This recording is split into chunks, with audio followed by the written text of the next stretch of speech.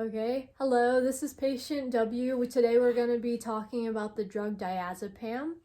So, is there any things that you might know about this drug before we get started? Well, does it help you relax or make you sleepy? It does. That is one of the properties that this drug helps mainly do. So diazepam, so that's its generic name, and the trade name that you might know it by is Valium. It's a pretty common drug that's prescribed mainly for anxiety. Some of the other things that it might be prescribed for is a procedure if you're going in to get surgery to help relax you. It could be used for insomnia and for patients who are withdrawing from alcohol. How this drug might work, because you might not know, is that it works on the GABA receptors in your brain by opening up the chloride channels to help let these neurotransmitters in.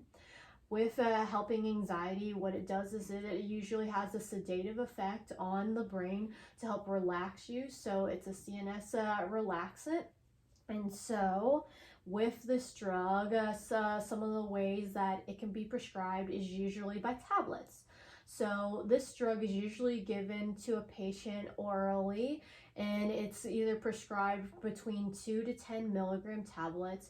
And because what the main drug is usually to help patients with anxiety, it's given 2 to 4 times per day, and usually PRN. So, what PRN means is as needed. So whenever the patient is experiencing very heightened anxiety, or they're having a very high rush of nervousness, that's usually when it's going to be taken for the patient as they see needed. And of course, one of the things we have to watch out for is that this drug is a controlled substance. Do you know anything about controlled substances, or? Yes, does that mean you need a prescription for it? Yes, of course. So with this drug, it is a class 4 controlled substance drug, which if it has a lower number, it usually has a higher abuse potential.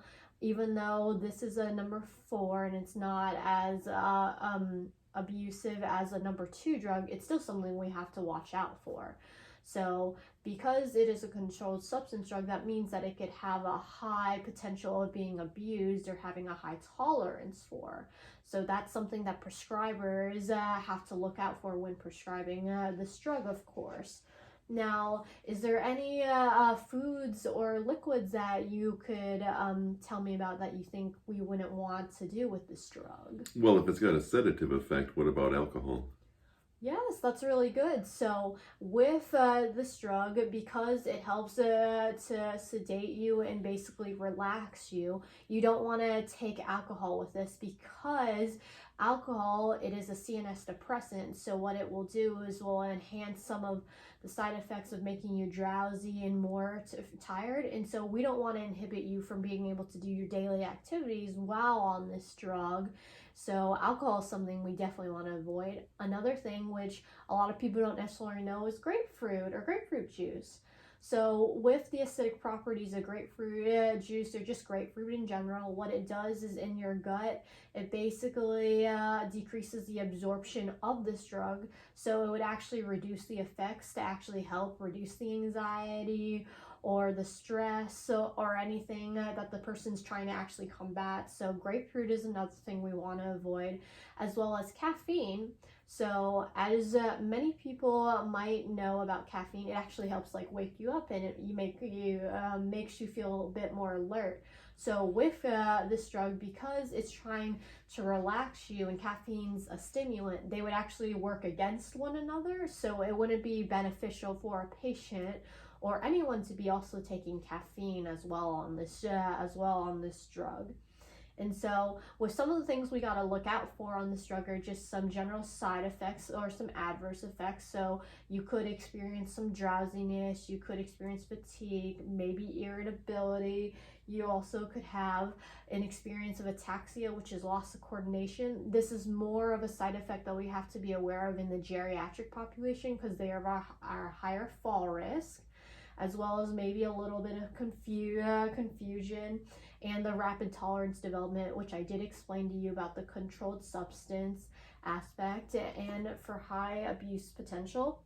And so I would recommend that if you're experiencing any of these symptoms to call your healthcare provider. So if you have the respiratory severe insufficiency, sleep apnea starting to develop, if you're starting to see blurred vision in your eyes or having hallucinations or psychosis events, to definitely call your doctor on that, because those are not very common or normal at all with this drug.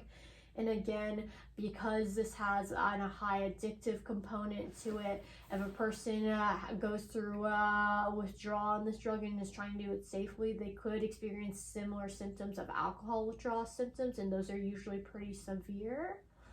Do you have any other major concerns or questions that you'd like to ask me on about this medication? Is this something you should take with food or on an empty stomach? So I would definitely recommend taking this with food, because again, it will help with absorption. We want to avoid those 3 foods. Could you list them off for me of the 3 foods or drinks we discussed? Sure, I think you mentioned alcohol, grapefruit, which I didn't know about, and caffeine.